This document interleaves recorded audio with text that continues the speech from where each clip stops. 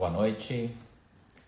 Essa é a nossa oitava live do movimento Sem Connect, que visa conectar você, aluno do MBA da FGV, aos professores da FGV.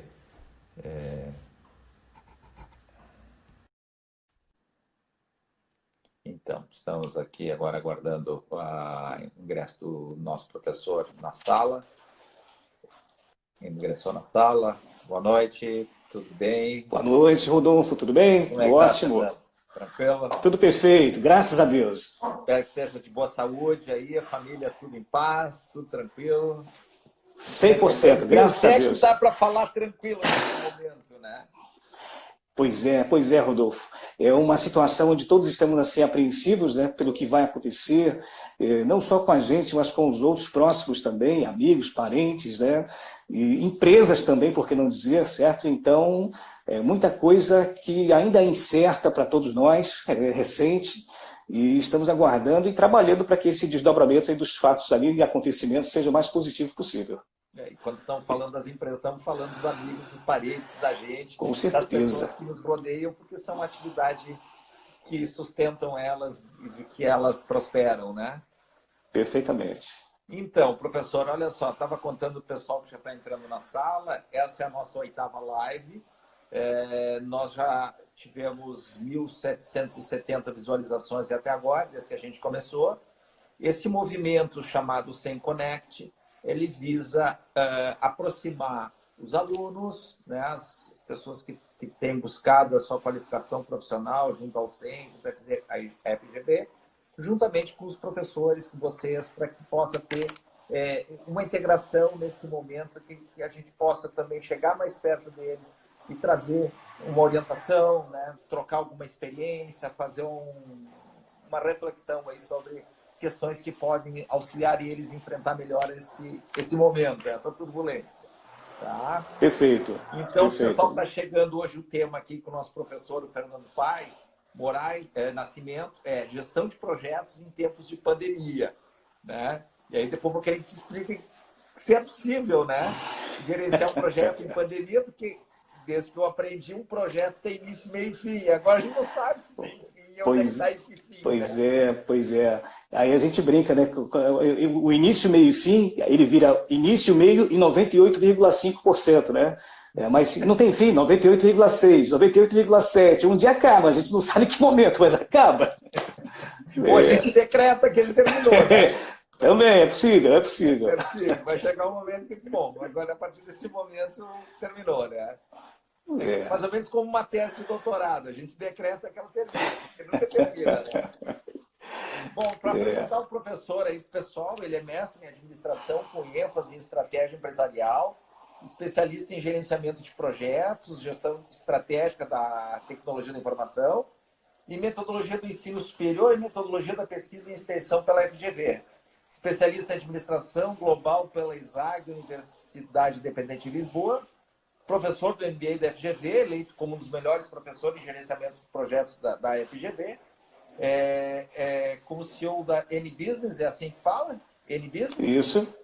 Atua em parcerias estratégicas e projetos de todos os portes, com modelagem de processos, planejamento estratégico empresarial, projetos de implantação de ERP, CRM, automação da força de venda, planejamento e gestão de projetos e projetos de gestão de mudança, tendo trabalhado em empresas como a Portobello S.A., Brasil, Telecom, Lojas Renner, Grupo Avipal, Furukawa, Brasil, Alcoa, Redman, Latim América e entre outras. É isso? Perfeito. Esqueceu alguma coisa? É isso. É por aí. Então tá, professor, vamos lá, né? Deixar seguir apresentar. Legal. A gente tem 1 hora, quando tiver faltando 1 minuto, eu aviso para a gente ir para as considerações finais. E se surgindo perguntas, a gente vai conversando. Vai Perfeito. Ideias, tá? Perfeito. Eu vejo muita gente conhecida, né? Muita gente amiga aí participando, o Ismael, Carmen entrou também, a equipe em peso, né? Além de alguns prováveis ex-alunos que vão entrando aí, a gente vai conversando.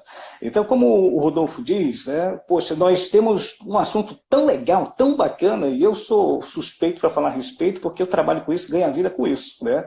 E o tempo ele é escasso, então eu vou fazer a minha estratégia de utilização do tempo, foi fazer uma breve introdução para que a gente consiga desenvolver um pouco esse tema, deixando uma margem ali para a gente conversar, para questionamentos ali nos últimos, talvez, 10, 15 minutos finais. Tudo bem?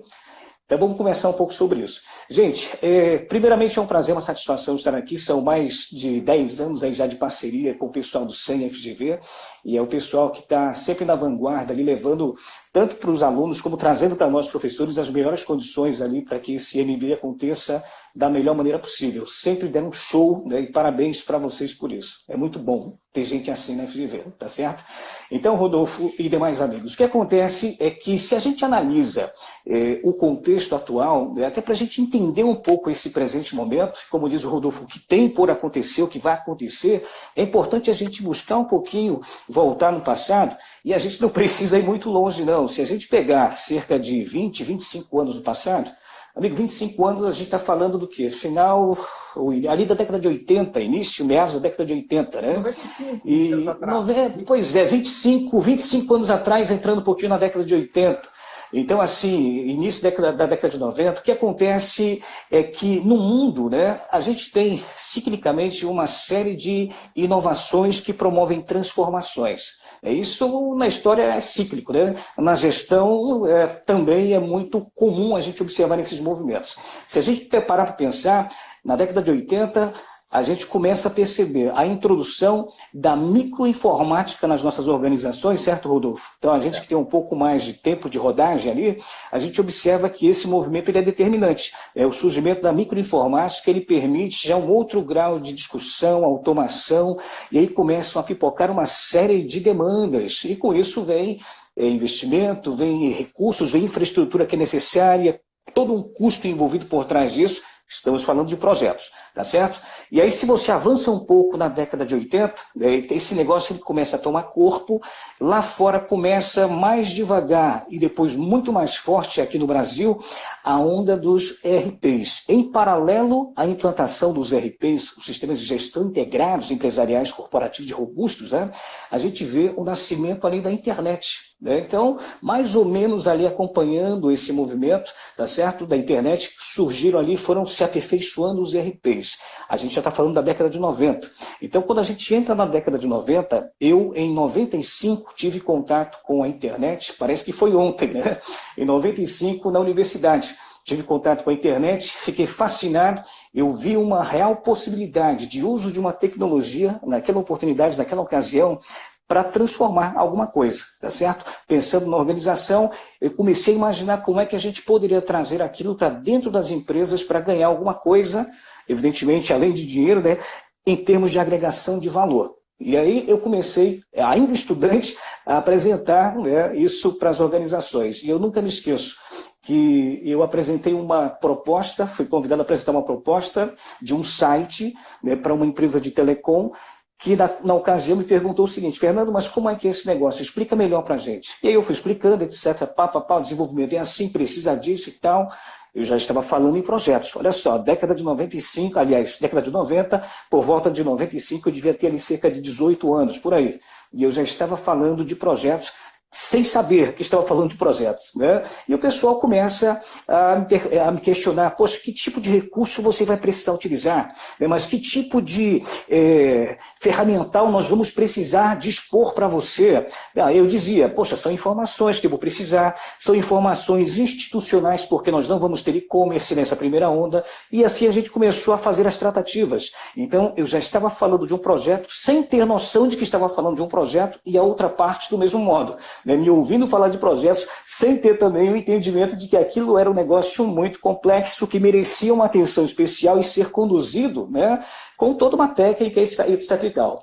E avançando um pouquinho mais, ainda na década de 90, eu me recordo muito bem disso, a gente passando a onda dos RPs, né, que vieram para resolver processos, a partir do que o Hammer, o professor lá fora, quando ele lança um modelo da reengenharia, com foco, né, na readequação de processos, melhor definição de modelos de negócio. Esse pessoal do RP, na situação dessa mudança proposta pela reengenharia como modelo, eles veem uma real oportunidade de chegar para as organizações.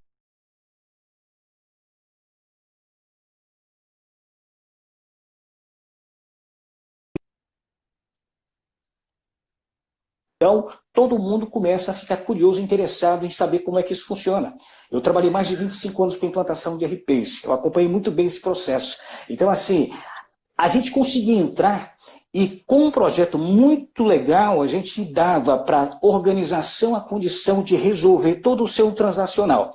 Então, você tinha lá problemas que precisavam ser discutidos com relação ao comercial, contas a pagar, contas a receber, chão de fábrica, e tudo isso a gente vislumbrou e mostrou que era possível fazer isso, tá certo?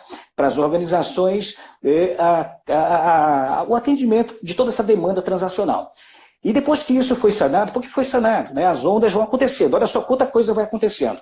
E aí a gente começa a entrar numa outra sofisticação. Não era mais suficiente apenas tratar o transacional. Isso aí já era o feijão com arroz. Todo mundo em algum momento vai ter isso bem resolvido. É necessário dar um passo adiante.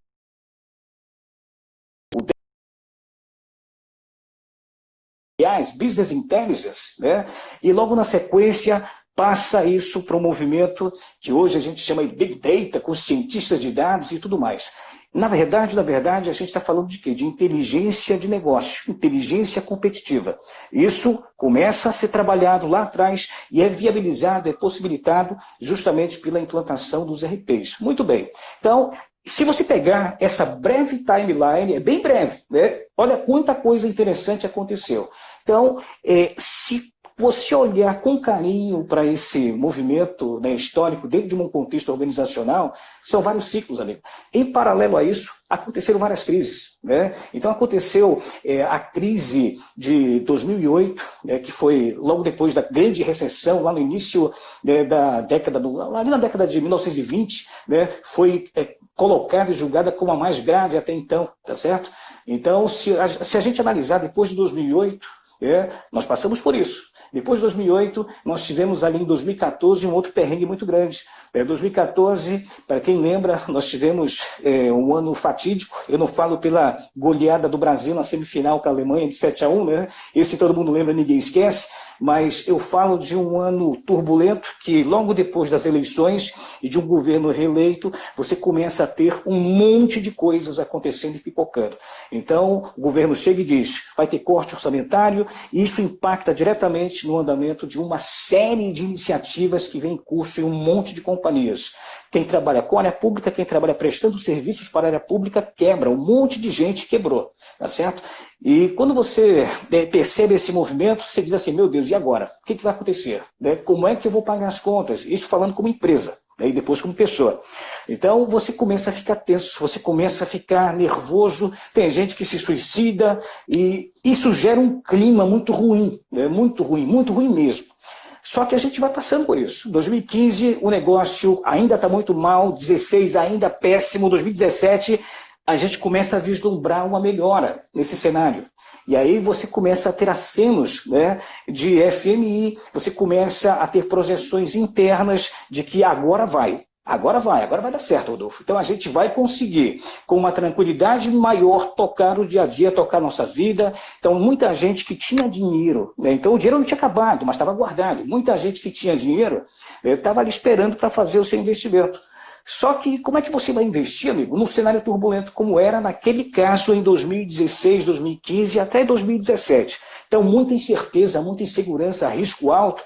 Então você deixa o dinheiro debaixo do colchão, bota o dinheiro no banco, e ninguém quer. E assim foram os movimentos também de fora para dentro do Brasil. Ninguém quer botar dinheiro num mercado que tem um risco muito alto, onde você tem uma corrupção muito elevada, onde você tem uma série de fatores, vamos dizer assim, ambientais, que se você analisar, poxa, não investe aí. Isso aí não vale a pena. Então, assim, só que 2017 para 2018 a gente começa a dar uma virada. Então, o primeiro bimestre foi muito bom. Então, tudo que a gente imaginou que fosse melhorar de 2017 para 2018 começa, de fato, a melhorar. E aí você começa a ficar super animado. Você vê um movimento da economia que deixa todo mundo bastante... E a gente fala dos empreendedores que estão com dinheiro, mas não estavam botando dinheiro em lugar nenhum. Você começa a falar de investidores externos. Então, o cenário otimista, positivo, ele faz com que as pessoas comecem a se mobilizar. Amigo, começam a pipocar um monte de projetos que estavam até então represados por conta de crises políticas, crises econômicas, estavam represados. Então, várias empresas aí da região de vocês, de Caxias do Sul, várias grandes indústrias daí, certamente ficaram com projetos comprometidos em stand-by, tá certo? Por quê? Porque o cenário não dava uma perspectiva diferente, muito mais interessante. Só que esses projetos começaram a ter continuidade. Vários outros projetos foram disparados. E aí você pensa assim, agora vai, agora vai. Até que, se você lembrar lá em março, abril, maio, não sei exatamente o mês, mas foi ali no primeiro semestre de 2018, acontece o quê? Greve dos caminhoneiros. Lembra disso, não? Uhum. E aí, amigo, você arrebenta de novo, esse cenário de crescimento, esse cenário de projeções favoráveis. E assim foi, né? Superamos isso a trancos e barrancos. Ali alguns passaram por isso sem maiores prejuízos, outros não, sofreram bastante com isso, quebraram sim, tá certo? Mas fica o primeiro aprendizado, aliás, fica mais um aprendizado, né? Nesses momentos de crise, de restrições, amigo, planejamento e controle, palavra de ordem. Planejamento, repito, e controle. É o que salva, tá certo? Então, você começa a ver os cortes sendo feitos, né? Quem que vai por último para a rua quando é o caso de ser demitido? Quem tem uma condição maior de entregar o resultado. Os profissionais de projetos, eles têm uma empregabilidade muito boa justamente por conta disso. Inclusive em tempo de crise, a menos que o teu projeto seja descontinuado, né? Se você tiver um projeto estratégico, amigo, você certamente, sendo de projetos, vai ser um dos últimos, caso, né, aconteça uma demissão em massa, a ser demitido. Tá certo? O fato é que ninguém quer ser demitido, ninguém quer empresa quebrando nenhuma, né? Mas o mundo é esse. Tá certo? E quando você avança, né, Rodolfo, nessa timeline ali, a gente falou de 2018, amigo, foi ontem, olha só. Agora vai, 2019, começa a ter um aceno mais favorável, né? Projeções de PIB evoluindo, muita movimentação já acontecendo diferente do que acontecia até então. Pô, todo mundo pensou, né? 2020 vai ser o ano da mudança. 2020 vai ser o ano para a gente realmente emplacar. Eu conversava, nunca me esqueço disso, com a Carmen, né? A Carmen Mendonça, aí do SEM, sobre isso no ano passado, né? Pô, cara, e ano que vem como é que vai ser? Agora vai, Fernando, né? Agora vai. Ela me disse que acreditava muito no horóscopo chinês, eu não esqueci não, viu, Carmen? E ela me disse, vai ser o ano do rato, vai ser o ano pra gente emplacar. E eu me apeguei nisso também, viu, Carmen? E aí você começa a ver, pô, janeiro, fevereiro, poxa, quando você entra no mês de março, amigo, fevereiro, março, aconteceu esse contexto todo que a gente está vivenciando, né? Então, lockdown, China fecha, o mundo fecha, e vários especialistas, se você analisar a conjuntura, os principais jornais, as principais publicações, importantes artigos técnicos, eles dizem, vão ser meses duros, difíceis, porque o mundo parou. O mundo parou, e essa parada global, ela deve durar cerca de 6 meses, talvez mais. Olha só, não é o professor Fernando Paz que está falando isso, né? São os grandes, vamos dizer assim, economistas, as pessoas que trabalham, né? Exatamente tentando fundamentar a tomada de decisões para, inclusive, grandes países, grandes economias. Muito bem. E quando você começa a analisar, poxa, mas o que tudo isso, ou o que isso que você está trazendo para a gente, Fernando, tem a ver com a gestão de projetos? Pois é, porque essa é a questão, né? Qual é o desafio agora, né? Amigo, tem exatamente tudo a ver com gestão de projetos. Por quê? Porque uma coisa que a gente aprende, né, em salas de aula, mas principalmente em campo, porque em sala a gente às vezes fala, né? E as pessoas às vezes, poxa, mas será que é isso mesmo? Mas, amigo, eu trabalho em sala de aula isso, né? Assim, projeto não é algo que acontece numa caixinha hermeticamente fechada, né? O projeto acontece numa organização com uma série de fatores envolvidos. tanto fatores internos, que tem a ver com, né, a organização, o que acontece dentro de casa, como os fatores externos. Os fatores internos, eles estão mais na mão. Então você consegue, com talvez alguns cuidados, né, ou algumas precauções, lidar melhor com eles. Então você fala de egos, conflitos, vaidades, processos e outras situações todas que são possíveis serem resolvidas dentro de casa, né? Agora, quando você fala de fatores externos, você tem uma premissa que diz que para você abrir a tua empresa ou para você começar a exportar para um determinado país, né, a premissa que você fundamentou o teu projeto, olha só, a tomada da tua decisão foi baseada num estudo de mercado que te disse, tem mercado e o mercado europeu vai consumir o nosso produto pelos próximos 3 anos, pelo menos em alta escala. Pô, isso fundamentou um projeto, tá certo? Então, se isso é uma premissa de projeto, amigo, eu tenho que ter clareza.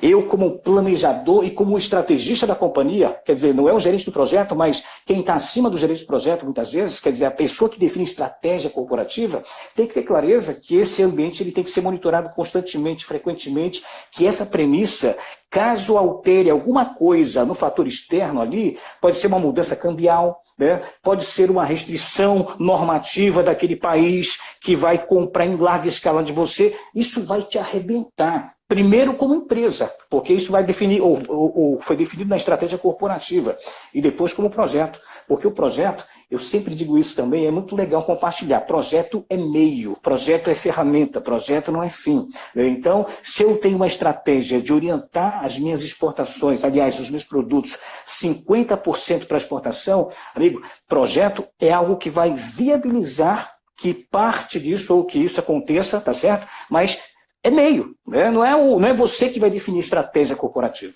Muito bem, então a gente analisando, né, quando a gente pensa assim, pô, o que tem a ver esse contexto todo com o projeto? Tem tudo a ver, porque o projeto ele está na companhia que está num contexto maior, que é o ambiente corporativo. Então mudou alguma coisa lá fora, vai bater na empresa, vai bater no projeto, tá certo? E eu queria trazer para vocês rapidamente uma visão que tem também, né, eu preciso fundamentar isso para poder fazer algumas conclusões depois e fazer algumas provocações. As pessoas perguntam para mim assim, Fernando, mas como é que é esse lance de projetos? Tem muita gente aí interessada em conduzir projetos, tem muita gente aí que investe nisso, tem muita gente aí que está levando a sério esse troço. Eu vou dizer para vocês assim, tem bastante gente. Graças a Deus, as empresas começam a entender que é importante, se você quer atender uma demanda estratégica, se você quer gerar um resultado estratégico, é importante que você corra menos riscos, né? E os projetos eles são exatamente trabalhados para te dar essa segurança, esse conforto, essa tranquilidade. Projetos são formas, né, de você trazer mais luz, tá certo? Para aquilo que você quer alcançar, dando um norte mais preciso. Falo de metodologias, com etapas, falo de ferramentas, falo de templates, falo de técnicas, tá certo? Então, tudo isso para quê? Para fazer com que o resultado possa ser alcançado de um modo mais inteligente, de um modo mais seguro.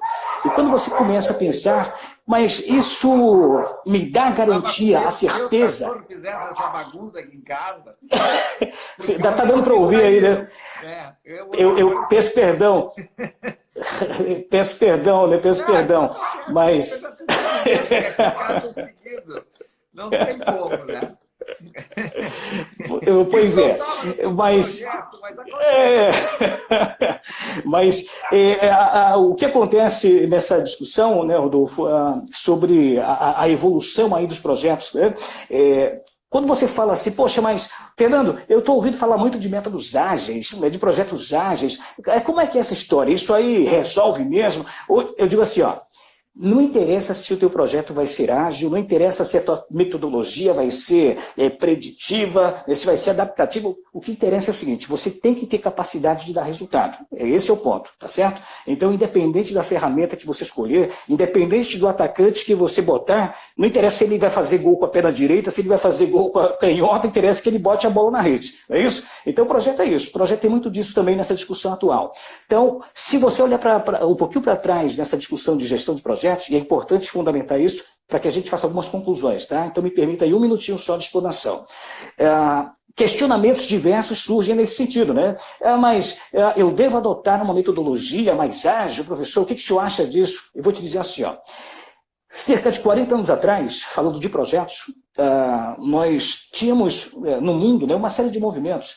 E esses movimentos, eles começaram a fazer com que os resultados buscados, né, que precisavam ser entregues pelos projetos, eles eram entregues, mas sempre tinha uma situação de estouro de orçamento, estouro de prazo, qualidade duvidosa, a encomenda, ou seja, o escopo não era entregue completo, faltavam partes. Qualquer semelhança com a realidade não é mera coincidência, mas eu falo de 40 anos atrás, amigo. Então, 40 anos atrás, começou um movimento de investigação que depois foi liderado pelo PMI, o Project Management Institute. Então, esse movimento investigativo, ele começou no seguinte sentido. O que nós estamos fazendo com os nossos projetos? Como é que nós estamos gerindo os nossos projetos?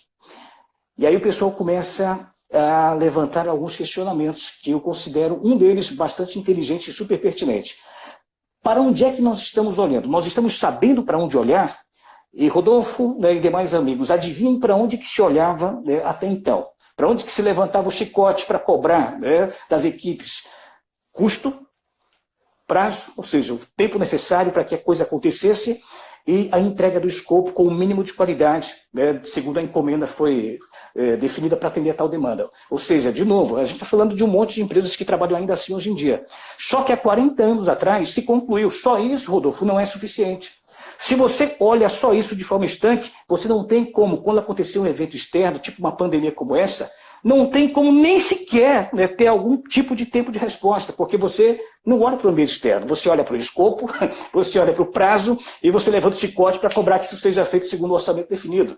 Então, assim, se concluiu ao longo dos últimos 40 anos que somente olhar para tempo, custo e escopo não era suficiente, não para te dar uma condição mais segura, mais favorável de alcançar o resultado. E aí começam as escolas de gestão a percorrer esse ótimo, né? O que é uma boa prática? O que é legal? O que é mais interessante, mais inteligente? E aí surge o PMBOK, que é certamente um dos grandes diferenciais aí nessa timeline de projetos, para que a gente tenha hoje obtido, alcançado a maturidade que existe no mercado global. Depois do PMBOK, a gente vem com o advento do Manifesto Ágil, propondo então os movimentos, métodos ágeis, Scrum, dentre outras abordagens possíveis. Tá? Então, rapidamente, uma timeline ali para a gente chegar hoje e dizer, Fernando, o que é mais útil para resolver a minha vida? Eu vou te dizer assim, ó. Eu estava dando uma aula. É importante. E aquela metodologia hoje pode ajudar, né? Eu estava dando uma aula, Rodolfo, deixa eu ver aqui, tem um mês aproximadamente, no pico, né? Num dos picos anunciados da pandemia, porque tem vários picos dessa pandemia que a gente nunca sabe qual que é o pico de fato, quando vai ser.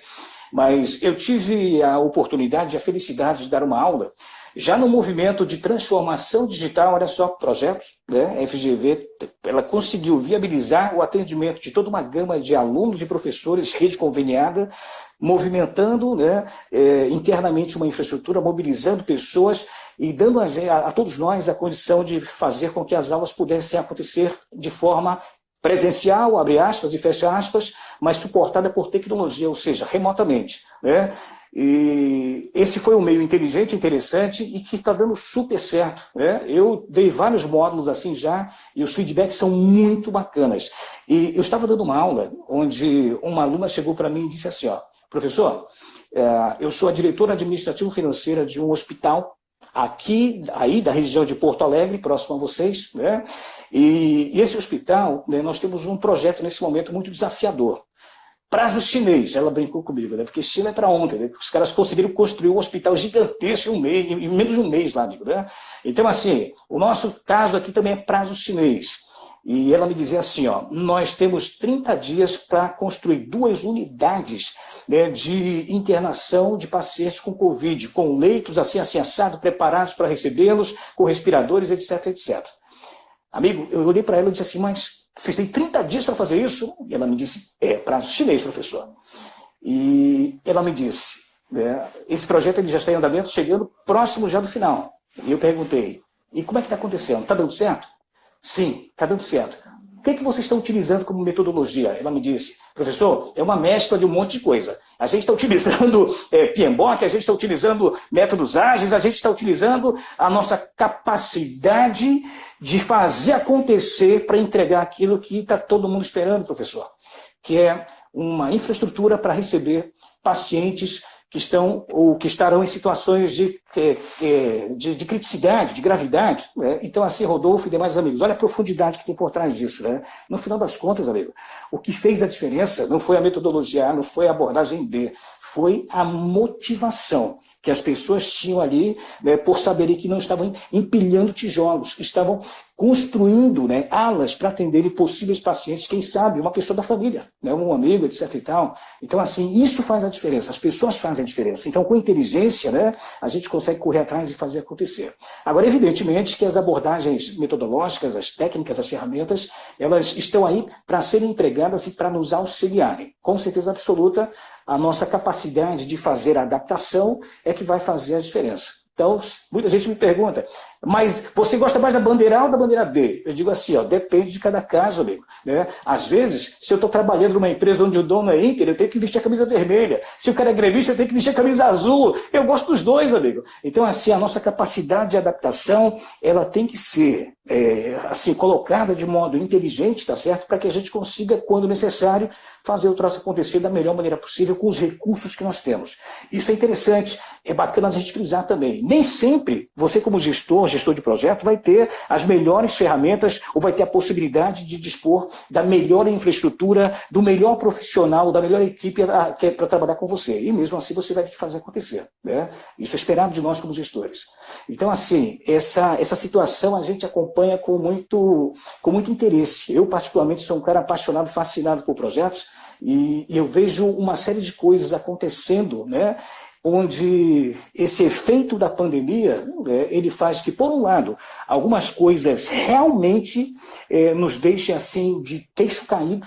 Uma delas, vocês acompanham, né, você acompanha, Rodolfo, os demais amigos também, o noticiário Economia.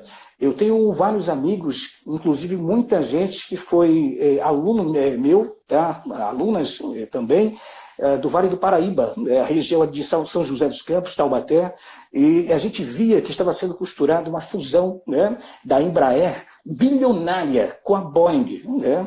Uma fusão onde a Embraer ela estava dispondo o controle da sua aviação comercial, dos seus jatos comerciais para a Boeing. Né? Então, um negócio muito bem costurado, estava acontecendo ali o negócio. Em aula eu falo do milagre sem contar o nome do santo. Mas quando é fato público, a gente pode falar, isso é um fato público. Né? Então, assim, esse processo ele estava avançado, olha só, avançado, mobilizações, movimentações dos dois lados, né? Fazendo com que realocações acontecessem internamente entre as equipes, e uma série de outras questões pudessem também ali serem alinhadas. O que acontece? A pandemia surge nesse contexto, a Boeing vem lá de fora e diz, parece que a gente não vai fechar esse troço agora mais. Esse negócio vai ter que esperar. Ou seja, uma provável, né, suspensão ou até um cancelamento desse projeto. Então, projetos, eles acontecem, em alguns casos, de um modo muito mais legal, eu vou dizer daqui a pouco alguns casos que são o oposto disso, em outros casos, amigo, um contexto desse, um ambiente externo desfavorável para algumas companhias, remete a cancelamentos, a colocar projetos em stand-by, a demissões em massa e por aí vai. Eu citei um exemplo que foi o exemplo da Boeing. Tem outros tantos. Né? A China, eu estava assistindo um documentário muito emocionante, inclusive, onde o cara ele veio do zero, ele construiu 2 restaurantes que são assim fabulosos. Ele botou a vida dele, o sonho dele nesses 2 restaurantes na China. Né? E aí ele pegou todo o dinheiro que ele estava ganhando com esses 2 e investiu isso, né, num 3º restaurante. Ele colocou todo o dinheiro lá. O Andriei e o Fabiano Simões ali, se eles vissem isso ali, eles iam dizer, tá errado, não pode fazer isso. Eu assisti a live deles ali também, né? Então, o que o cara fez? Lockdown logo na sequência. 1 mês inaugurado o restaurante, o 3º, lockdown. O cara estava chorando. Ele disse assim, ó, eu não tenho mais como seguir, não sei o que vai ser de mim. Eu coloquei meu sonho ali. Eu coloquei a minha esperança, eu coloquei a minha vida nesses 3 restaurantes. Então, o que eu levantei para construir esse 3º restaurante vai quebrar não só esse 3º, como possivelmente os outros 2 também. Então, assim, projeto, amigo. O cara não sabia o que ia acontecer, né? Ele fez um planejamento, não imaginou que aquilo lá pudesse acontecer, que tinham riscos por trás, tá certo? Porque talvez não tivesse capacidade de abstração, né? Não fosse especialista nesse contexto financeiro e tomou aquela decisão. Então acontece muito isso, você toma uma decisão e a tua decisão, depois de tomada, você tem uma série de situações a serem analisadas, né? Observadas. Agora, por outro lado, se eu trouxe 2 casos aqui, que são casos assim de você, né? Você tem situações que são absolutamente curiosas, super interessantes. Você tem no Brasil, por exemplo, a General Motors, a fábrica em São Paulo, né, ela liderou na área de manutenção, que foi toda higienizada, passou por um processo rigoroso de desinfecção, ela liderou, junto com outras grandes montadoras de automóveis, aí você fala de Fiat Chrysler, as maiores, Fiat Chrysler, a própria Ford, a GM e mais uma série de outras companhias ali, ela liderou um processo para fazer a manutenção de milhares, né, de equipamentos, que são os respiradores automáticos, que estavam fora de combate, fora de operação. Né? Então, eles fizeram o quê? Uma readaptação dos seus layouts de fábrica, fizeram uma reconstrução dos seus processos, redefiniram os seus modelos de negócio em algumas células, para começarem a fazer o quê? A fazer esses atendimentos. Então, isso é projeto, amigo. A redefinição de um layout, a implantação de uma nova célula, a gente está falando de projetos. Então foram projetos que vieram no sentido completamente distinto daqueles 2 primeiros que eu citei. Por outro lado, você tem ali também, ainda nessa sequência, a Mercedes-Benz, que fez com que algumas instalações começassem a produzir equipamentos de proteção individual. A Natura começou a produzir álcool gel. Tá certo? Porque viu que daquele suco, né, daquele limão, talvez pudesse sair uma limonada. A WEG é uma empresa que é uma gigante nacional, né, super respeitada, né, no mundo inteiro. Ela fechou um acordo de transferência tecnológica para fazer o quê? A produção de respiradores. Olha só, tecnologia nacional, amigo, né? Transferência de tecnologia e mais de 500 mil respiradores serão produzidos pela WEG. Estão sendo já, tá? O primeiro lote já foi entregue em Santa Catarina, vendido para o SUS, e tem outras tantas organizações aguardando também a entrega. Enquanto o respirador produzido aqui com tecnologia da WEG custa, vamos dizer assim, eu não sei exatamente, agora não lembro o número real, mas eu me lembro que era, vamos colocar assim, X mil reais. O Estado de Santa Catarina, eu posso falar isso porque é fato público, né? Está sendo investigado, inclusive, o secretário de Saúde, etc. e tal, eles estavam comprando isso por 5 vezes mais da China e não foi entregue no prazo, não se sabia se existia de fato a companhia e por aí vai. Então, o Brasil sendo o Brasil. Né? É o bom exemplo e o mau exemplo. Então, assim, você começa a ver que em tempos de crise, você também vê oportunidades, as organizações veem oportunidades. E aí os projetos são demandados, amigo. Né? Então, você começa a fazer toda uma readequação, adaptação, foi o que a WEG fez. E está arrebentando a boca do balão ali. Parabéns, tem muitos alunos ali da WEG também, uma empresa sólida, e parabéns à WEG porque está dando exemplo, né? Junto com outras empresas, tantas do Brasil, que estão seguindo essa linha, né? Ambev, enfim, uma série de outras companhias. Então, são esses movimentos que deixam a gente fissurados. Eu estou super ligado aqui, tem muita coisa acontecendo, e quem é da área, quem pesquisa, quem gosta, quem estuda, quem vive isso, vai ficando malucão, né? No sentido de querer acompanhar tudo. Né? E eu não sei, eu estou sem relógio aqui, Rodolfo, quanto tempo nós temos ainda? Com mais 22 minutos, tá? Com mais 22 minutos. 2 minutos, ótimo. Dá para desenvolver mais um pouco aí, tempo. Tá? Legal. Eu quero trazer exemplos de companhias grandes, de multinacionais, e trazer exemplos de situações como de um restaurante, ou de uma situação particular, como a questão de montar 2 leitos no hospital, né? Ou seja, essa versatilidade que tem um projeto para uma grande companhia, para um grande evento, ou para adaptar questões muito pontuais. Eu acho isso muito interessante, para as empresas poderem utilizar isso nesse momento, que elas têm que ser muito versáteis, muito ágeis, tem que ter muita resiliência para poder sobreviver, né? Sem sombra de dúvida, Rodolfo, e digo mais, tá? Isso que você coloca de forma muito feliz, eu te diria assim, é uma questão que eu recebo com frequência em sala de aula, em palestras também. Né? Mas eu consigo utilizar todo esse ferramental, essa abordagem de projetos, né, para um projeto pequeno. Né? Eu tenho uma companhia que é pequena, eu tenho um negócio próprio, familiar, né, onde sou eu e a minha esposa que tocamos e queremos crescer, esse é o nosso sonho, mas ainda somos pequenos. Posso utilizar isso que a gente está aprendendo aqui na companhia, na minha empresa? Claro que pode, amigo, claro que pode. Eu sempre digo assim, ó, é legal você ter o grande exemplo, né, quer dizer, você ter o case de uma grande companhia, você vê o modelo que é colocado naquela companhia justamente para você ter a condição de ver as adaptações que você pode fazer. Se eu fizesse o contrário, talvez você não teria essa condição. Né? Então, assim, você mostrando, exatamente, você pega e entende o complexo e a partir disso você vê as possibilidades de simplificação. Eu mesmo, aqui em casa, né, para fazer esse negócio da aula via Zoom, amigo, eu tive que... eu estou falando da ilha de São Francisco do Sul, né? Então, em Santa Catarina também. Então, aqui eu tinha uma casa que já foi projetada há mais de 16 anos atrás para ser um home office. Um sonho morar aqui. Meu, né? Meu e da minha família. Mas até então a gente não tinha encontrado essa possibilidade, essa oportunidade. Fechou agora, a gente veio para cá. Então, eu me vi aqui numa situação com 3 filhos, minha mãe, minha esposa e um cachorro pequeno aqui dentro de casa. E eu pensei, como é que eu vou dar minha aula? Aqui eu não preparei, a porta eu deixei aberta aqui porque imaginei que os cachorros estivessem dormindo. Por isso o barulho do latido, tá? Mas eu fiz aqui a modificação e construí aqui basicamente um estúdio. Um estúdio onde a gente fez aqui alguns reparos, algumas preparações para que a aula pudesse acontecer. Um projeto, amigo. Me custou esse projeto quase 15 mil reais. Então é um pequeno projeto, e agora deixa eu explicar o porquê 15 mil reais. Porque quando eu estava fazendo o teste de velocidade, né, de infraestrutura, de ser boa infraestrutura de rede de comunicação, eu testei aqui e fui para minha casa de Joinville testar. No meio do caminho, estourou a bomba de água do meu motor e o motor foi para o pau. Perdi o motor, tive que pagar 13 mil para refazer o motor do meu carro. Né? Então esse projeto me custou caro de adaptação por causa disso. Mas é isso, né? Então são situações que a gente olha para o grande caso, para o pequeno caso, para a pequena empresa, para a grande empresa multinacional, e também é legal dizer assim, né? Funciona muito bem também em área pública. É claro que deve haver, né, as pessoas interessadas em fazer acontecer, tá certo? E uma coisa que é legal colocar nessa discussão também, aproveitando esses momentos finais que nós temos, tem sempre muita gente que me pergunta assim, né? Professor, mas... é permitido, né, mudar o escopo do projeto?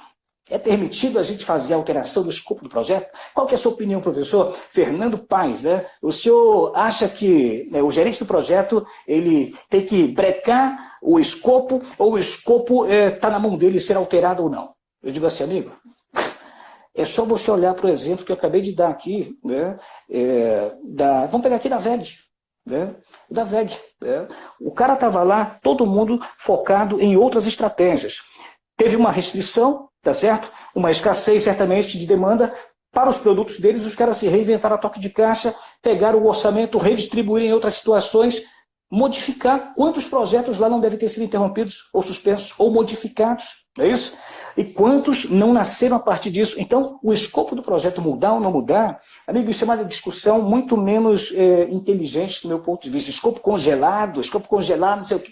Isso é uma discussão que, para mim, é pouco inteligente. A discussão inteligente é de que forma modificar o escopo de modo a deixar equilibrado o projeto, a viabilizar o resultado e, principal, né, a deixar isso alinhado com a estratégia corporativa. Tá certo? O primeiro motor se eu pudesse... no Brasil foi desenhado pela metalúrgica Abramo Weber, que o foco dela era uma funilaria.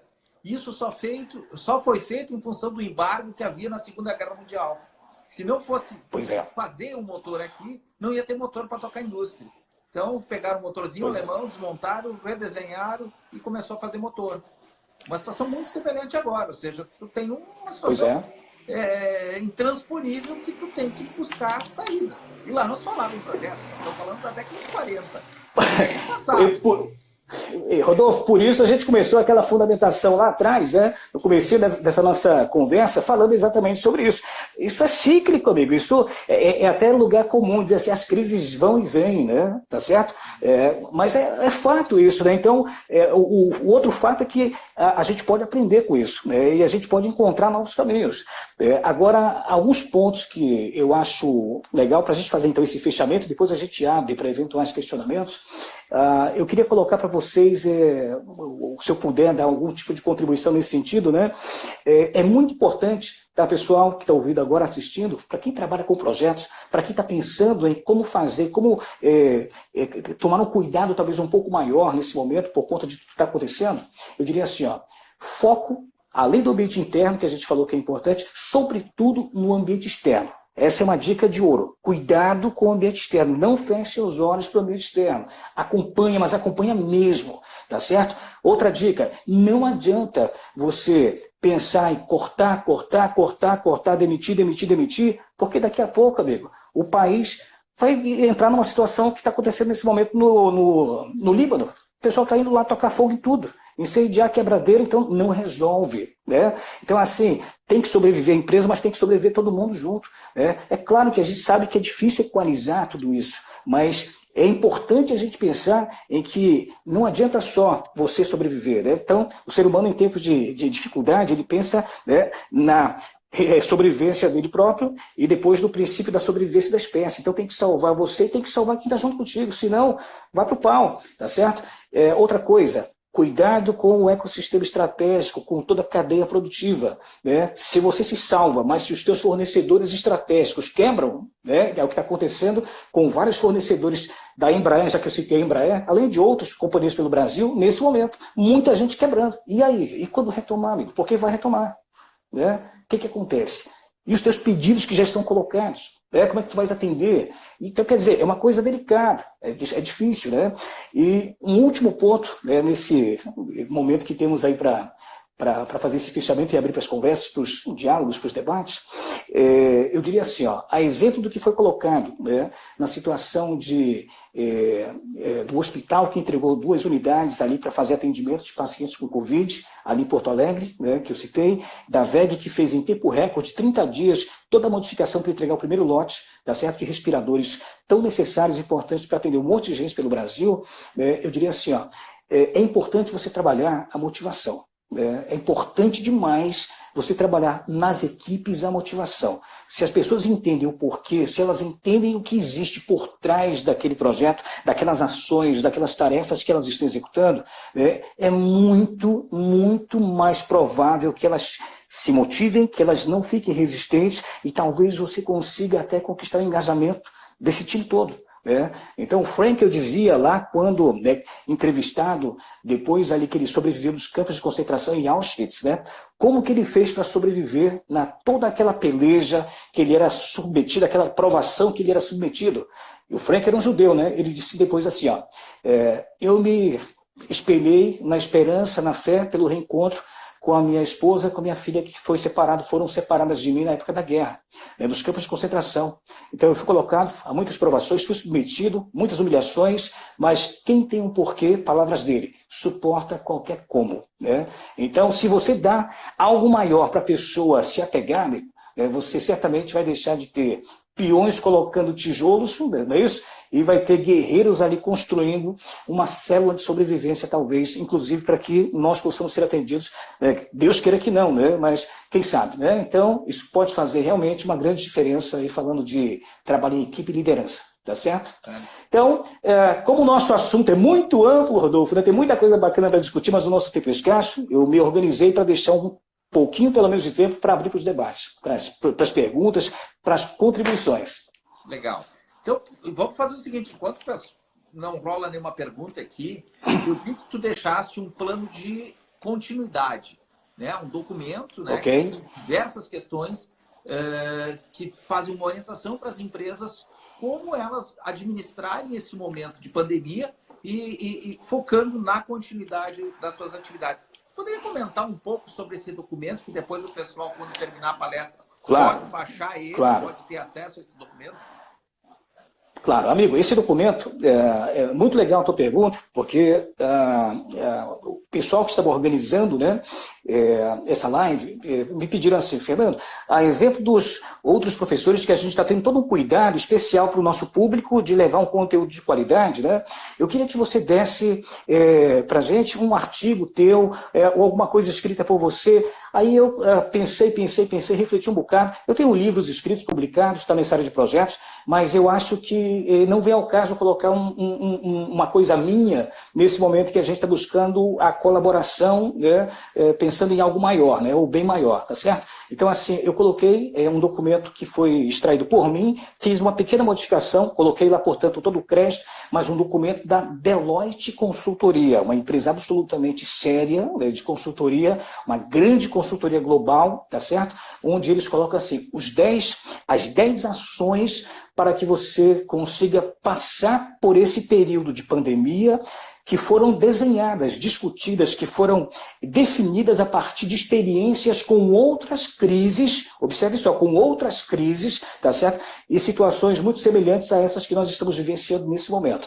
Então, para não dar spoiler, tá? Eu não vou falar sobre quais são essas 10 ações, para que o pessoal busque lá e aí sim, querendo debater depois, trocar, tem o meu e-mail também, e é interessante demais, porque você tem 10 ações ali que são bem fundamentadas, e o mais importante, né, que tem a ver exatamente com o contexto que nós estamos passando. Então, são ações que passam desde coisas que têm a ver com os stakeholders, que têm que estar mais atentos ao negócio e atentos à rede também como um todo, né, cadeia de valor, até as questões de projetos, mas eu, sem querer dar spoiler, tá certo? Sem querer aprofundar, portanto, eu vou parar por aqui para não falar mais. Não, legal, legal. Então, quem quiser pegar esse material já tem a pergunta aqui do Diogo, né? Ele vai estar na bio aqui do nosso Instagram, e também tem um link lá quando o pessoal fez a inscrição, tem preencher um documento lá, um link lá para poder receber esse material aí, tá? No nosso blog vai ter também lá o link para baixar. Alguém já postou o link aqui, tá? Acho que é Jurema Edi, já botou o link aí, tá disponível, tá? É bem simples aí. Qualquer coisa, o pessoal faz a pergunta, a Vanessa é muito ágil, o Adelide já libera aí. Entrou uma pergunta aqui agora, vamos lá, é do Turcati. Você acha que a VEG usou a capacidade adquirida de gestão ou ela teve uma capacidade nesse momento de se adaptar? Acredito que o histórico da empresa fez ela ter essa capacidade agora, certo? O que é? Meu querido, eu acompanho a VEG, né, com carinho, porque, de novo, né, eu tive muitos alunos que vieram de lá e voltaram para lá. Então, assim, é uma empresa que é um case para muitas outras organizações, e eu, no meu entendimento, na minha visão, as duas coisas fizeram a diferença, tá? Pela capacidade, pelo modelo que ela tem na mão, né, um modelo de gestão muito sólido e bem definido que ela tem já na mão, tá certo? Ela conseguiu ter essa capacidade de adaptação. Então, observe, né? É legal a tua pergunta, porque enquanto a gente fala em projetos, gestão de projetos, a gente fala de projetos, métodos ágeis, a gente está falando hoje de um conceito muito mais amplo, né? Que são as organizações ágeis, amigo, né? Então, sim, ela foi uma organização ágil nesse momento. Agora, a organização agiu nesse momento de forma ágil, porque ela teve certamente uma condição de olhar para o seu modelo, ver quais eram as peças que deveriam ser ou poderiam ser modificadas para que conseguisse chegar naquela situação de produtividade que elas chegaram. Então, no meu entendimento, as duas coisas fizeram a diferença. Ótimo, muito bem. Vamos lá. Eu vou colocar, enquanto vem mais alguma pergunta, deixa eu colocar para os amigos ali, porque vem muita gente para as lives que é interessada, talvez, numa temática muito mais técnica de projetos. Então, para o pessoal que tem interesse nessa temática mais técnica, né, eu tenho um blog que vai ficar, ou já passei junto com o documento, onde vocês poderão fazer download, pessoal, de templates, de ferramentas, de abordagens metodológicas, além de literaturas, tá certo? Especificamente sobre gestão de projetos. Aí você que gosta de questões mais técnicas referentes ao assunto, pode se deliciar por lá, tem muita coisa de qualidade, muita coisa bacana que foi separado lá com todo carinho para que o pessoal que é interessado pelo tema possa tirar bom proveito, fazer bom proveito. Beleza? E como é que tu vê o mercado de trabalho para um gerente de projetos? Que tipo de oportunidade a gente pode vislumbrar pós-pandemia? Olha, o mercado, ele está, de certa forma, a gente tem uma situação de dúvida, de apreensão com relação, isso que eu falo a gente, eu falo as organizações, né? As organizações têm uma apreensão, uma certa apreensão com relação a como vai ser esse modelo futuro, né? Só que para uma série de companhias, eu mesmo, minha vida praticamente inteira corporativa foi assim, tá? Isso não é novidade, amigo. Então hoje, se você para pensar, home office não é novidade para muita gente. O pessoal que trabalha com tecnologia, há quanto tempo já é trabalhado isso desse modo? Agora, o que a gente percebe, aí sim, isso é uma coisa que eu acho que veio para colaborar bastante, né? Se é que a gente pode pensar em coisa muito positiva a partir da crise, mas são as facilidades. Antes você, quando precisava ter, por exemplo, eu trabalhei muito tempo com implantação de RPs. Eu tinha, às vezes, 20, 30 pessoas numa equipe que precisavam acessar remotamente a base de dados para fazer configurações de casa, da casa da pessoa, né? O cara trabalhou lá, virou 2 noites seguidas, e aí ele pôde ficar trabalhando de casa no dia seguinte. Beleza, então, nesse caso, ele precisava ter a VPN, que é um acesso por uma rede mais segura, né? Disponibilizado pela companhia. Amigo, para você liberar uma VPN, até antes da crise, né?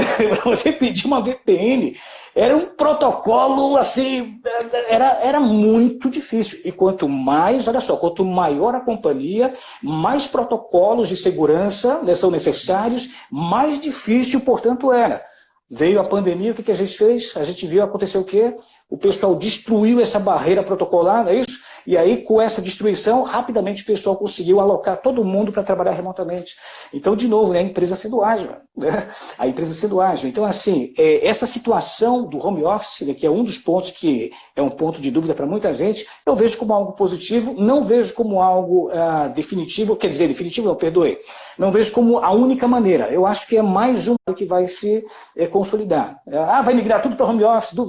Duvido. Né? Agora, é interessante isso, mas a pergunta, voltando ao foco da tua pergunta, o mercado ele tem muitas oportunidades, tá? Porque em tempo de escassez, em tempo de crise, em tempo de restrições, você precisa de gente que tenha capacidade, né, de abstrair, olhar para o todo e ver como é que a gente pode, de algum modo, ter um controle mais interessante sobre aquilo que tem que ser entregue. Os profissionais de projetos, Rodolfo, em tempo de crise, eles estão em alta. Tá? E em tempo de prosperidade também, porque você precisa abrir muitas frentes, pipoca muita oportunidade, muitas frentes vão sendo apresentadas e você vai precisar de gente que tem a capacidade de entregar. Então, o profissional de projetos ele está em alta, tanto numa situação como em outra situação. Essa é uma leitura técnica, tá? Não é uma opinião minha, é uma visão de mercado. A crise que deu aqui recentemente, citaste há pouco, a greve dos caminhoneiros, a gente recebia muita oferta de emprego nessa área de projetos. Porque, incrível que pareça, pós-greve dos caminhoneiros, a indústria produtora de caminhões ali da nossa região aumentou as vendas. Por quê? Porque as companhias começaram a fazer o transporte diretamente, não mais através do transportador autônomo.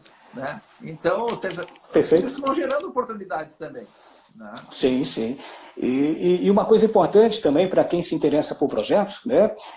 Sobretudo pelo mercado, você tem excelentes formas de ingressar nesse mercado. Esse mercado é um mercado que remunera muito bem, um mercado que tem uma remuneração, eu diria assim, acima da média, bem acima da média de outras profissões, tá certo? E vale a pena, para quem se interessa por ingressar nessa área, vale a pena, tá certo? Você investir. Hoje? A principal certificação continua sendo a certificação, não é a única, mas é a mais procurada do mundo inteiro e do PMI, tá? É a certificação chamada PMP, Project Management Professional. Então, não é a única, tem outras certificações. Do próprio PMI você tem certificação de cronograma, certificação de risco, certificação de programas, mas essa certificação, o PMP, o PMP, ela é a mais buscada ainda na atualidade. E vai continuar sendo por um bom tempo.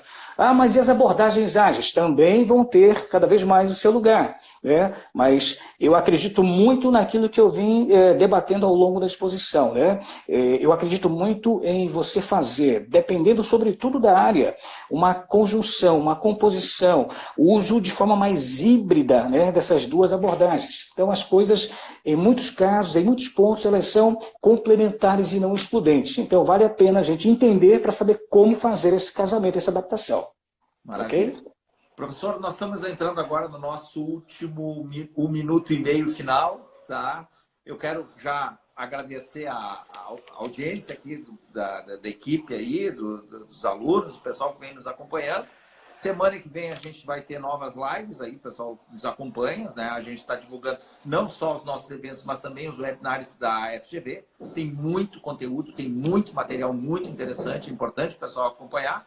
E eu queria que fizesse te agradecer, né, a tua disponibilidade, né, o teu carinho aí nesse momento aí com a gente, aí, com os alunos, trazer esse teu conhecimento, né, e deixar para tu fazer as tuas considerações finais aí, tá? Muito obrigado, muito obrigado, Rodolfo, a tréplica já, né?